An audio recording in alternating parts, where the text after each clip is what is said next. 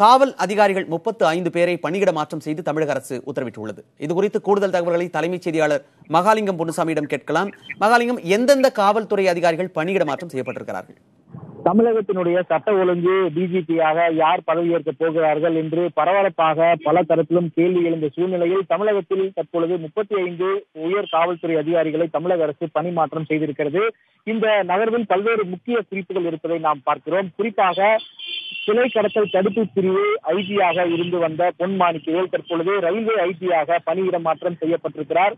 அதே போல சிபிசிஐடியில் பல முக்கிய வழக்குகளை கையாண்டு வந்த ஐஜி மகேஷ்குமார் அகர்வால் தற்பொழுது மதுரை மாநகர ஆணையராக பணியிட மாற்றம் செய்யப்பட்டிருக்கிறார். இப்படி பல்வேறு மிக முக்கியமான பணிகளை கையாண்டு வந்த மூத்த காவல்துறை அதிகாரிகள் மாற்றப்பட்டிருக்கிறார்கள் என்பதை பார்க்கிறோம். அதே போல கிட்டத்தட்ட 8க்கும் மேற்பட்டவர்கள் முக்கியமான உயரதிகாரிகளுக்கு டிஐஜியிலிருந்து ஐஜியாக பதவி உயர்வு என்பது வழங்கப்பட்டிருக்கிறது. திருப்பூர் மாநகர காவல்துறை ஆணையராக இருந்த சஞ்சய் மாத்தூர் பதவி உயர்வு பெற்று தற்பொழுது சிபிசிஐடி ஐஜியாக பணி நியமனம் செய்யப்பட்டிருக்கிறார். அது மட்டுமல்லாது வேலூர் சரக லஞ்ச ஒழிப்பு பிரிவு டிஐஜியாக இருந்த சமுத்திர பாண்டியன் பதவி உயர்வு ஐஜியாக பதவி உயர்வு செய்யப்பட்டு தற்பொழுது ஹோம்கார்டில் ஐஜியாக தற்பொழுது நியமிக்கப்பட்டிருக்கிறார். இப்படி பலரையும் நாம் சுட்டிக்காட்ட முடியும் 35 பேரில். மேலும் தெற்கு மண்டல ஐஜியாக இருந்த எஸ் முருகன் தற்பொழுது லஞ்ச ஒழிப்பு பிரிவு ஐஜியாக தற்பொழுது பணியிட மாற்றம் செய்யப்பட்டிருக்கிறார். இது ஒரு முக்கியமான ஒரு மாற்றமாக பார்க்கலாம். தற்பொழுது லஞ்ச ஒழிப்பு பிரிவு ஐஜி பதவி வகித்து வந்த G Venkatraman CBCID civil supplies அதாவது உணவு கடத்தல் தடுப்பு பிரிவு ஐஜியாக தற்பொழுது பணி நியமனம் செய்யப்பட்டிருக்கிறார். அதே போல சென்னையில் மிக முக்கியமான பொறுப்பில் இருந்து தற்பொழுது திருச்சிராப்பள்ளி ஆயுதப்படையில் ஐஜியாக பணியாற்றி வரும் சண்முக ராஜேஸ்வரன் தற்பொழுது சென்னையில் இருக்கக்கூடிய பயிற்சிகள் சம்பந்தப்பட்ட பிரிவிற்கு ஐஜியாக நியமிக்கப்பட்டிருக்கிறார்.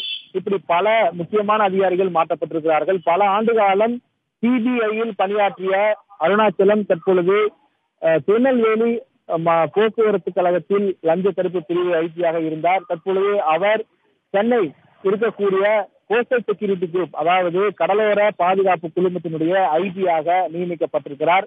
அதே போல சென்னை இருக்கக்கூடிய ஹோம்கார்டினுடைய ஐஜியாக இருந்த பெரியய்யா தற்பொழுது ஐஜி சென்னையினுடைய போக்குவரத்துக்கு ஐஜியாக அவர் நியமிக்கப்பட்டிருக்கிறார். அடிஷனல் கமிஷனர் சென்னை டிராபிக் என்ற பதவியில் நியமிக்கப்பட்டிருக்கிறார். இப்படி பல முக்கியமான விஷயங்களை எல்லாம் இதில் குறிப்பிட சொல்ல வேண்டியிருக்கிறது.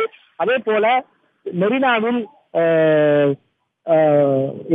ஜல்லிக்கட்டு சம்பந்தமான போராட்டங்களை எல்லாம் கையாண்ட வி பாலகிருஷ்ணன் மயிலாப்பூர் டிசி அவர் தற்பொழுது டிஐஜியாக பதவி உயர்வு பெற்றிருக்கிறார். பதவி உயர்வு பெற்றதோடு அவர் விழுப்புரம் மண்டல டிஐஜியாகவும் தற்பொழுது அவருக்கு பணி நியமனம் வழங்கப்பட்டிருக்கிறது. இப்படி பல முக்கியமான இடத்திலிருந்து அதிகாரிகள் எல்லாம் மாற்றப்பட்டிருக்கிறார்கள். அதே போல தேன்மொழி அவரும் சிபிஐயில் பல காலம் பணியாற்றியவர்.